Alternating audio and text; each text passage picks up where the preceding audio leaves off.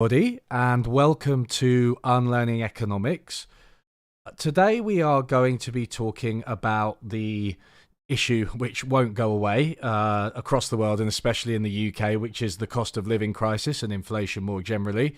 I'm very happy to have with me Richard Murphy. Richard is a chartered accountant turned economist who has been writing about public policy and taxes and inflation at taxresearch.org.uk for longer than I've been on the internet. That blog's been around for a while. So he's a bit of an institution. He's also the author of several books, including The Courageous State and Money for Nothing. But recently, Richard's really been hammering the UK government about their plans to deal with massive inflation and the cost of living crisis. So I think that's what we'll be focusing on today. So Richard, thank you very much for coming on. Thank you. Thanks for asking me. So right now, across the world, we are facing the highest sustained inflation rates that we've seen for decades. And in the UK, this seems to be particularly bad. It seems to be a little bit worse than most other rich countries. Could you maybe give us a little overview of how we found ourselves in this current cost of living crisis? Well, that's quite a long explanation, and there's no absolute certainty. Let's be clear. Actually, I'm a political economist rather than an economist. The distinction is significant. Economists are there basically to explain how markets work, as far as I can see, with all the ridiculous assumptions that they make to justify how that happens. I think you're pretty familiar with those ridiculous assumptions, so I'm not going Yes. into them. That's where this whole movement came from, I know. Political economy is about the power relationships that actually influence the allocation of resources within society. So it doesn't ask the question what so much as why. And I think that's a really important distinction in this case. Why are we in this mess? Look, neoliberalism fundamentally failed in the summer of 2008. It was really failing from 2007 onwards when we saw Northern Rock begin to fall over. And I was writing about that then. Yeah, my blog has been going since before Northern Rock collapsed. 3 blogs a day on average, more than 3 blogs a day on average for over 16 years now. And why did it fail? Because the whole logic of a society built on a neoliberal premise that the return to financial capital is the paramount goal within that society is clearly unsustainable. You are not meeting the needs of most people. You are trying to pivot reward towards a very small group within society itself. There is an upward flow of funding, a fundamental imbalance as a consequence, and a lack of necessary financial regulation, which builds in inherent risk. Now, add all that together, and we had a market failure. That was the moment when it would have been opportune to have changed direction. And indeed, I was saying that at the time. I mean, I can look back and say, yeah, I told you so. Because with others, people like Anne Pettifor, Colin Hines, Larry Elliott, the editor of The Guardian, Caroline Lucas, now, of course, a Green MP, but not then. She was an MEP at the time. Various others. Jeremy Leggett, heavily involved in energy, alternative energy issues. We put together the Green New Deal. Now, there had been one reference apparently to this in the States beforehand, which we'd never seen, but we put the idea together, of course, building upon the 1930s idea of the New Deal and sticking the word green in front of it, because that was a fundamental shared opinion of those who did the task. And we were saying there's a financial crisis, there's going to be a downturn, there will be a recession of some sort unless there's a government intervention. We need to actually take action to deal with a food crisis, an energy crisis, and a financial crisis. And let's be blunt about this, that didn't really happen. Nice to have thought it would do. It had a moment in the sun. So in a sense, did I. I was at things like the April 2009 G20 summit invited by Gordon Brown's government. And so were others around at the time, I think, getting more attention than we did afterwards. And certainly at that point, explaining that we really did need to address these fundamental failures, our inability to talk about how we were going to become energy sustainable, food sustainable, and how we were going to get rid of these regulatory, market, and financial imbalances that had created that particular crash. What didn't happen? Nothing with regard to energy at all, nothing with regard to food at all, and the delays with regard to finance have frankly been so long that we still haven't addressed some of the issues in question. But we did get a fundamental reaction, which was to elect a Tory government. Well, a coalition government, let's be blunt, in 2010. Gordon Brown didn't convince the world that he had done as good a job as I actually think he did. I think Gordon Brown, I mean, I'm not a big fan of Gordon Brown about some issues of his time in office, and I don't pretend I am. But with regard to his management of the global financial crisis, 2008 to 10, I think he was outstanding. He didn't get the reward for that. People didn't want to return a Labour government, and it probably was a tired administration by then. And so we got a Tory administration. What did we get as a consequence? We got austerity. So instead of actually using the resources that we were making available within the economy by then, using the quantitative easing process started by Alistair Darling, let's be clear, where the government fundamentally authorised the Bank of England to create new money to fund government expenditure because it was lacking confidence that the markets would supply the scale of funding required to cover deficits that were necessary because the government knew it couldn't cut spending, but tax revenue was going to fall way short of expectation. Then that QE process was not used to best effect. By 2010, I was writing that we needed a green quantitative easing process, whereby we redirected the funds of QE away from restoring the finances of the UK's banks, which is what they have been used for since 2009, and instead directing them towards building social housing, new transport systems, energy infrastructure, insulation, new solar panels, offshore and onshore tidal power, wind power and tidal power, and various other things as well. All of that could have been done, but it wasn't. We went for expediency instead of resilience. We went for consumption rather than investment. And the consequence of all that was that we were in a very poor state when we hit a further crisis, or crises, of course. We hit the crisis of 2020, which was COVID, unanticipated. So we thought at the time, but actually widely recognised as being a risk, including in the government's own risk assessment programme, but completely unprepared for. And then that required further deficit spending. QE was rolled out again. This time, I think the QE was for a fundamentally different purpose. It was not just to support banks. It was actually to basically fund furlough and company support and so on. However, banks still won. The amount of money that they hold on deposit with the Bank of England as a result of quantitative easing has now reached a sum around £900 billion, completely gifted to them, no effort required on their part, and on which they're now being paid interest at 2.25%, likely to rise significantly in the near future at considerable cost to the government, and so, as they would say, to the taxpayer, although I don't agree with that. So we had a failure to address the imbalances. None of the absolutely fundamental underlying issues that existed in our economy, low pay, low productivity, were addressed. Indeed, in fact, in many ways, things like low productivity were completely not addressed by choice, because there was no investment as a result of QE. The direction that it provided was to stimulate house price increases and extra market financial speculation, rather than to, in any sense, stimulate real investment in the economy. And work I've done has shown that the rate of corporate buyback of shares and dividend payments rose substantially over the decade that QE ran for. How much by? Well, around 30%, 1/3 of the FTSE 100 managed in that period to pay out more by way of dividends or share buybacks out of their profits than they actually generated in profits. In other words, they artificially manufactured profits to make dividend payments, and I have, with academic colleagues, shown how that is technically possible. But it demonstrated how fundamentally neoliberalism survived in the UK in particular.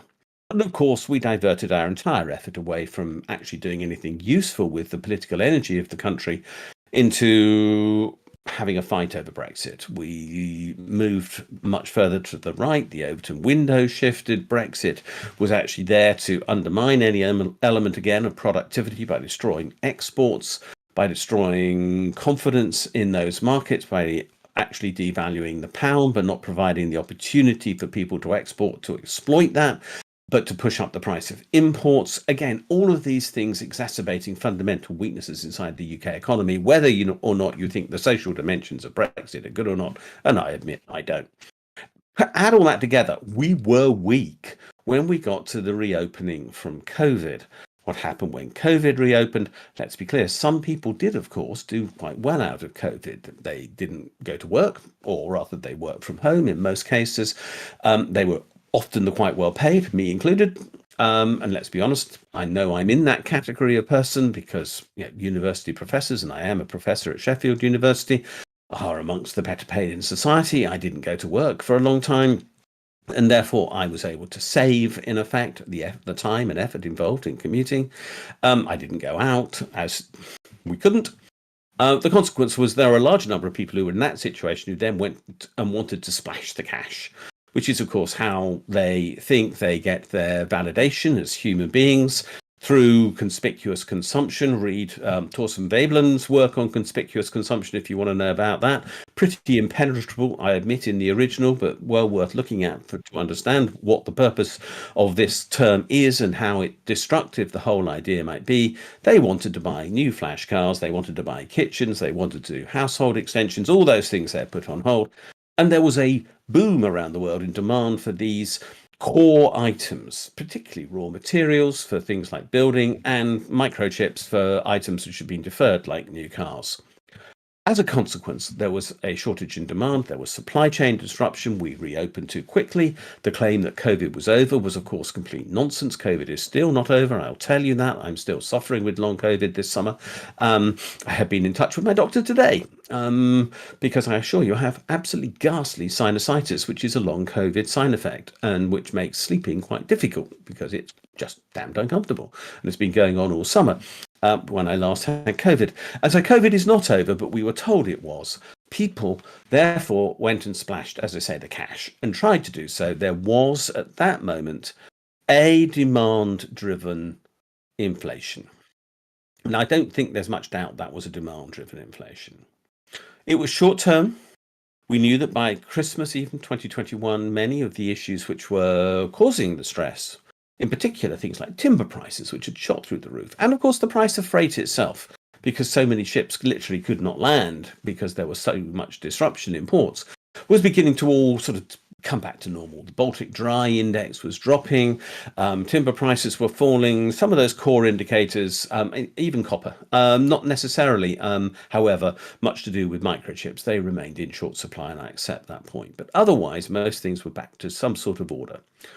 Then come February 2022, we get Putin invading Ukraine, which most people had, and I think I put myself in this category, just sort of suspended disbelief that he would be quite so stupid. But he did, and I didn't expect it. I should have listened to my mate John Sweeney. If you don't follow John Sweeney on Twitter, I recommend it. John Sweeney, Sweeney, an old mate of mine with whom I made many television documentaries at one time, who's now been working heavily in Kyiv and around Ukraine for some time and has been tracing Putin for years, which is one of the things I did with him at one time on television. He has been documenting the whole of this war and what the consequences are there. But what we didn't anticipate was the knock-on effect. What's the knock-on effect of that? Well, but fundamentally, of course, there was gas, because Russia has used it as a weapon to counter our economic blockade on them. There's a knock-on effect for oil, because oil and gas tend to run together in this sense, and we have not received the support from OPEC that many countries were hoping for. They are not terribly friendly towards the USA, for example, over issues around Saudi Arabia and other places, particularly with regard to pretty difficult diplomatic issues like is it right to murder journalists in cold blood?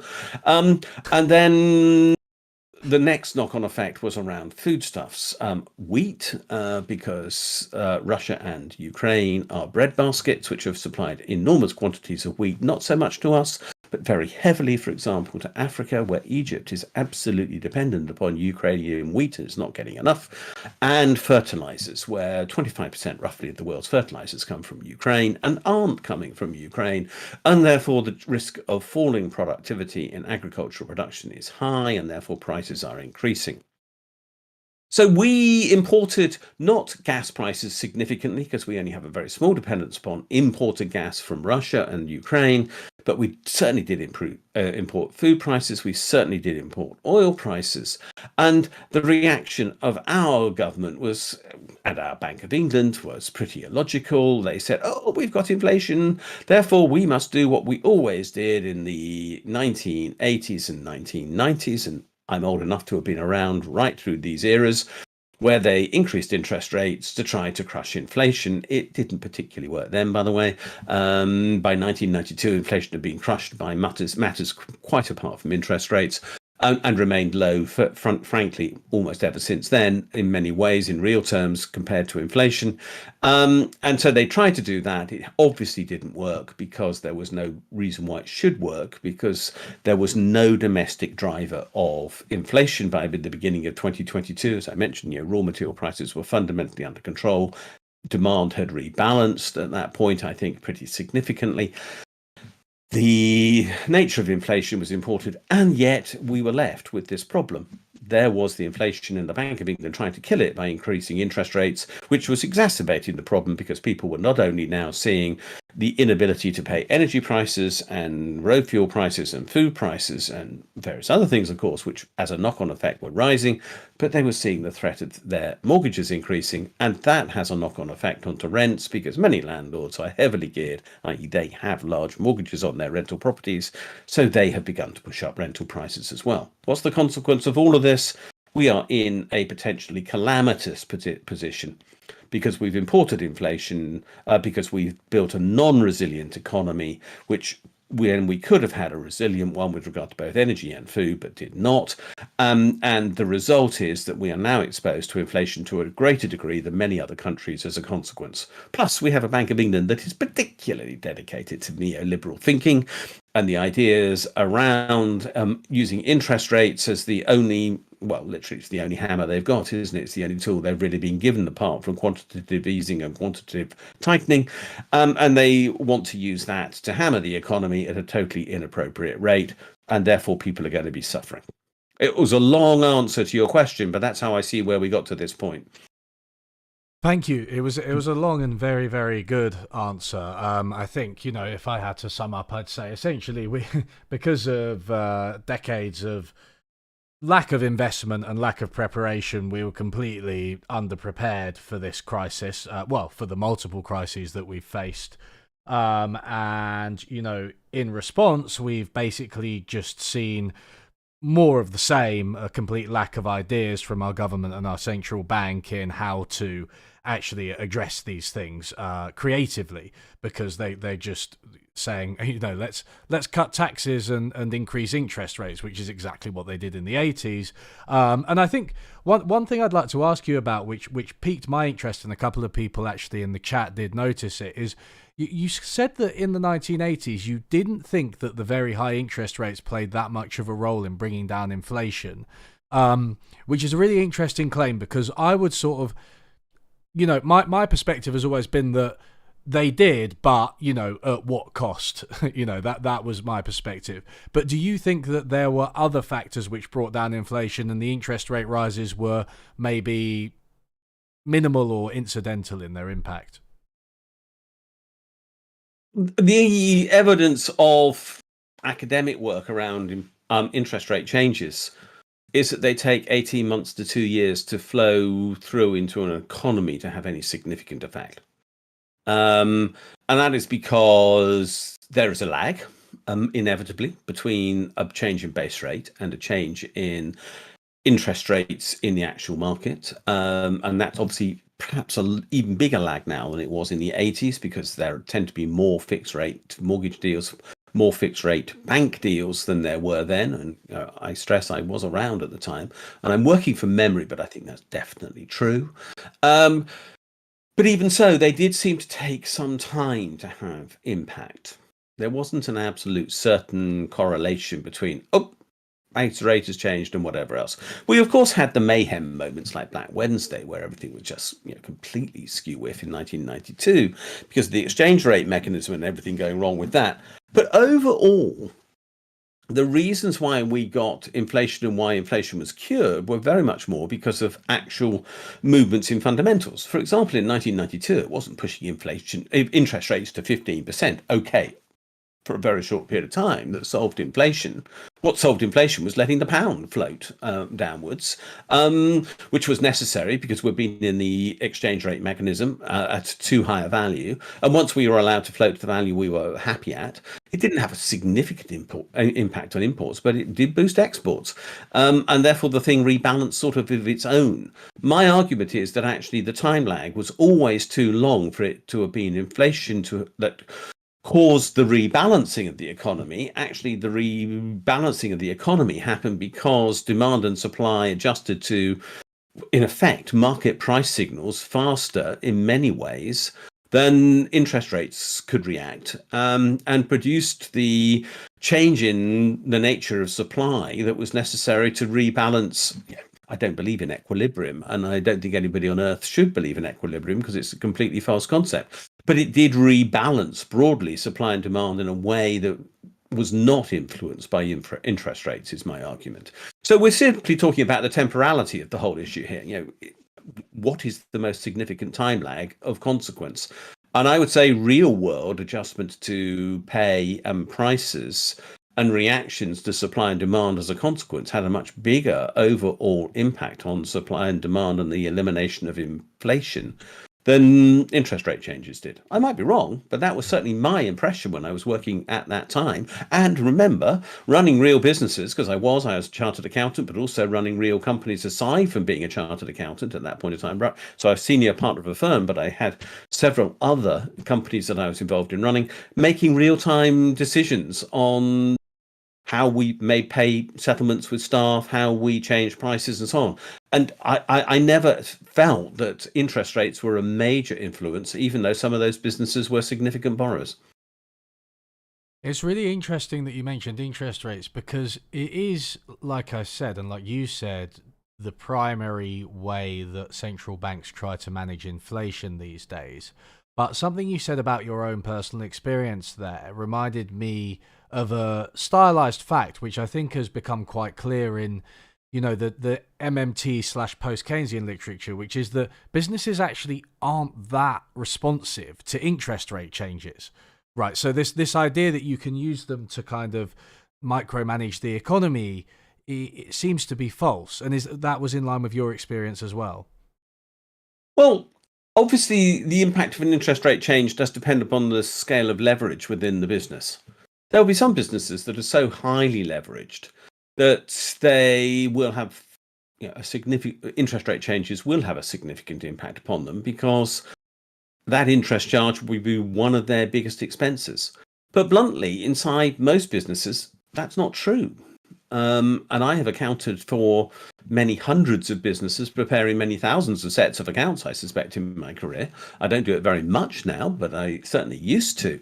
And it's never been the case that interest rates have that significantly influenced the outcomes. And I'm talking about business here from employing many hundreds of people down to micro entities. It just has not been a big enough factor to have seriously changed outcomes. Price changes did, making sure that you actually did, in periods of uncertain prices, have the flexibility to change price points sufficiently and to understand where they were going. That mattered. Pay negotiations mattered. I always had a policy of paying above average pay, so I always felt that was much more important than anything to do with interest. Because actually that was dealing with fundamentals during a period of uncertainty. What I wanted to give was staff greater certainty so that they would offer commitment to the business so we could carry on to supply whatever the customer wanted at a price that they were willing to pay because it gave them a quality product. And that would feed through to the bottom line, irrespective of the interest costs we were going to suffer, which was in real terms less significant than actually achieving an outcome in the real world which reacted to market literally market stimuli in the form of pricing. So I just don't get it that this is the big impact that is supposedly the case with regard to the cost of capital, because let's be blunt, stand back from this a bit. Economists overemphasize the cost of capital. Cost of capital is not a major factor in many businesses and hasn't been for quite a long time, because the means of production in most businesses now is not physical capital. It's a relatively small capital base, low number of fixed investments, high staff investments, significant human capital, and maybe intangible assets. But as we discovered when COVID happened, suddenly we could actually totally change the way of working, dissipate the workforce right around the country without any difficulty at all, and yet carry on, which just indicated just how little capital actually is now a function inside the supply of much of the business community in the UK. I'm not saying it doesn't exist, but the way in which capital exists is very different from that which is influenced heavily by interest rates. Yeah, I think in general there's an overemphasis on the response to price signals within the mainstream of the profession and policy making. If you think of interest rates as the price of money, right? Then it kind of falls under the same umbrella. And I think another thing is like carbon taxes. People, economists often overemphasize how much people are going to respond to price signals over other incentives and other structures. So that's a really interesting point. I absolutely agree on carbon taxes, by the way, completely agree on that. Do you? Yes. So okay. So let's talk a little bit more about the Green New Deal, because it's interesting. Some of my US viewers won't necessarily realize that the Green New Deal came from the UK, and it was an idea first put forward by the New Economics Foundation, as well as people like yourself and Ann Pettifor that you mentioned. And this was basically a completely different vision of how to change the economy and shift it away from the use of carbon, and also make it more resilient for crises like the ones we've just faced, right? Yeah, indeed. Andrew Sims was another member of the group, and he was, I think, chief economist. I might be wrong there, but I think he was chief economist of the New Economics Foundation at the time. I mean, Andrew was there for around 20 years, perhaps a bit less. And I'd known him for a long time. He was one of the absolutely integral members of the group. So NEF provided us with the sort of institutional foundation of it.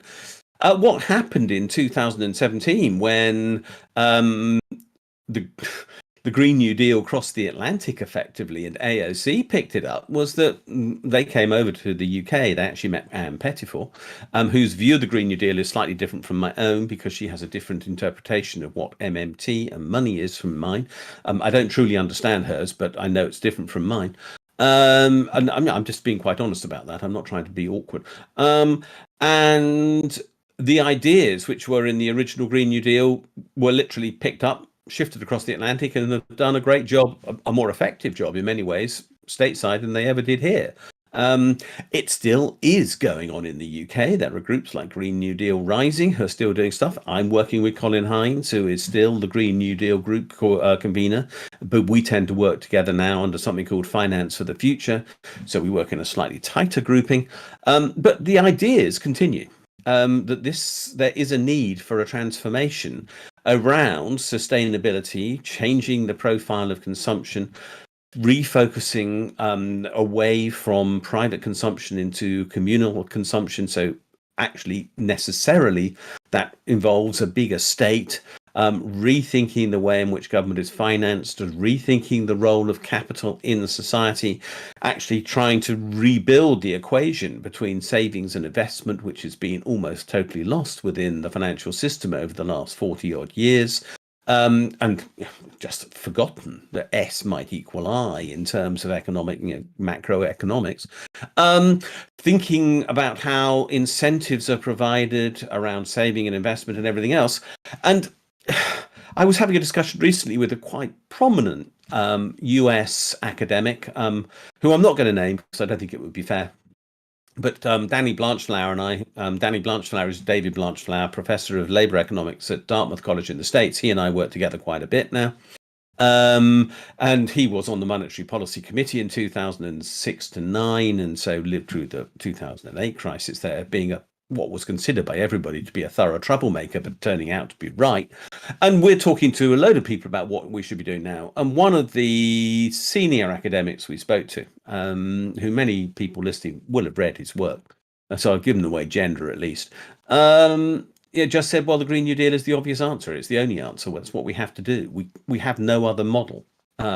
We need to rebuild society because the one we've got doesn't work. The assumptions of neoliberalism that there are free gifts of nature that we can exploit, that's one of its many failings that has now been exposed. We know we can't exploit it anymore. That might have been viable in 1980, but it is not viable in 2022. So this is the way to go. As Larry Elliott put it to Colin Hines and me once, well, we didn't mean to come up with a brand new economic way of thinking and a blueprint for society that could be built around that when we came up with the Green New Deal, but by accident we did. And I'm not claiming it was anything, more than accident, but that's what we did, I think. And I think it is still the way we need to go. The questions are, how do we actually reorganize society around achieving that goal of sustainability, which is fundamental to our own survival?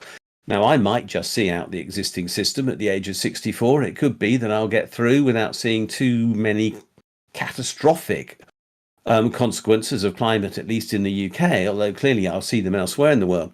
But I have sons who are in their early 20s. I'm pretty worried for them, and that motivates me to make damn sure that we try to do something better. I agree completely. I think the Green New Deal is by far the best, maybe the only set of ideas that we have for dealing with these kinds of crises. I mean, there are some quite good versions of it, not written by me. I just go and grab because I know these two. There's a version called Our Common Home. I'm holding it up on the screen. I don't know whether that's going to be relevant to a podcast. Clearly it won't. But this one is produced by Commonweal in Scotland. And they did a costed version of a Green New Deal for Scotland, which is still, I think, one of the best there is. And there were two versions. There was the Common Home Plan and then Our Common Home. And they're really worth looking at because it does actually show that you can actually produce real substantial plans from the bottom upwards to actually deal with this, which look at a society in a fundamentally different way. I believe in their plan for Scotland, by the way. It's one of the reasons why I think Scotland is a sustainable, independent country, because they've demonstrated it. And I think we need to be doing that sort of thinking for every country, and it's not happening. Yeah, I mean, it's interesting that the government, it's never been so frustrating to be proved right, because the government, for a long time, the governments since the financial crisis have basically done the opposite of the Green New Deal. So not only austerity and cutting spending and not preparing for things like pandemics, but also there was the famous example, and it's my favourite or least favourite example, depending on how you want to phrase it, of David Cameron saying, let's cut all the green crap.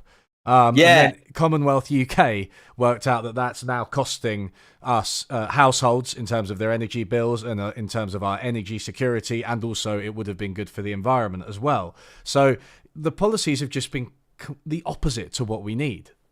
Yep, I agree. David Cameron also said, by the way, that I would create a run on the pound because of ideas I wrote in my book, The Joy of Tax, which were picked up by Jeremy Corbyn. I think some other Tories have managed that a lot better than I would ever have done it. That is very ironic. I didn't know that he said that about your plan. The Tory party conference that was the case. Yeah. Oh, okay. My moment, a glory at a Tory party conference. I won't get mentioned again very often, I suspect. No, that is a life goal, isn't it? To be mentioned and insulted or criticised at the Tory party conference. I think that's a good thing to aim for. His actual joke to the conference was also that he had read my book, The Joy of Tax, taken it home to Samantha and tried it out, and it didn't work. Some of you will get the joke, some of you may not. But think about the word tax. It's not the most interesting three-letter word ending in X in the English language. Right, okay, I'm being slow. I don't think I get it. I'll probably get it in like an hour or something after. You're too young. You're too young. Am I Sorry, too that's what it young? is. Am I too young? Yeah, Okay, okay. yeah. You won't remember the original book of which I've written, nicked the title and changed Oh, slightly. okay. No, I don't actually. Although I can, yeah. I'm having some guesses. Anyway, so let's talk a little bit more about the current UK government. You said they caused a run on the pound. It really astonishes me. I mean, not to defend David Cameron, but I could kind of see what he thought he was trying to do when he implemented his policies. In the case of the Truss government, I'm at a loss. I have absolutely no idea what they think they're doing, and I don't think they do either. I think you're absolutely right. Look, I don't think that David Cameron probably knew what he was doing, but I think it's fair to say that George Osborne might have done. I don't credit Cameron with much intellectual firepower, but I think George Osborne definitely did have an understanding of where he was going. And I think that is absolutely critical to a good government. I've been working recently with an organization called the Global Initiative for Fiscal Transparency, which is backed by the IMF, the World Bank, and the OECD, which isn't an organizational mix that I would normally think of as being very left wing, nor one that actually in my past I might have thought much about working with. But in practice, there are elements in there which are really quite, I wouldn't know whether I call them radical, but certainly definitely far thinking about how we can create sound economic management. And what we've been working upon are principles of sound tax system management. Now, that sort of combines my various campaigning as a tax justice campaigner, my role as a chartered accountant who knew tax inside out, my thinking as a political economist. And one of the things that we start off by saying is, what are you trying to achieve? And what are you actually going to use your tax system to do? Now, that builds upon actually that book, The Joy of Tax. Because in there I said, tax is one of the most powerful instruments available to any government to shape the society for which they are responsible and to set the norms of behavior through the influence of the tax system that they wish to encourage. So you can encourage marriage, you can encourage children, you can encourage investment, you can encourage consumption of certain goods, and you can discourage consumption of others. You can provide a fiscal stimulus, you can encourage exports, you can discourage imports, you can do a lot of things with tax, which are powerful. They're not all powerful, it can't do everything. But it does require you to actually work out what the hell you're trying to do, bluntly. And if you don't know what you're trying to do, putting somebody in charge of those pretty powerful levers is going to leave you with something close to an economic catastrophe on your hands. And that's what we're doing. I don't think anyone since Brexit has known what they're trying to do. Clearly, Theresa May, who didn't want Brexit, ended up totally confused, not knowing how to deal with it. Truss, in many ways, is the same. It's perfectly obvious she did not want Brexit. She thought it was economically mad, and now she claims it's the salvation to everything. Boris Johnson had no plan whatsoever. And what is the plan that Kwarteng and Truss have, and around the Britannia Unchained theme? Well, it is to release quite clearly the Tufton Street agenda on us all.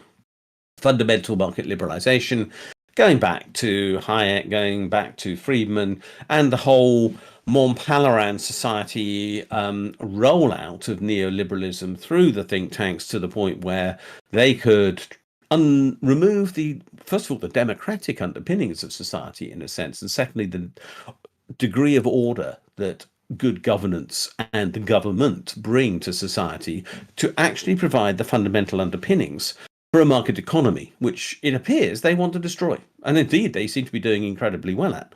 Now, as I wrote a tweet last night, which was if Kwarteng and Truss are disaster capitalists,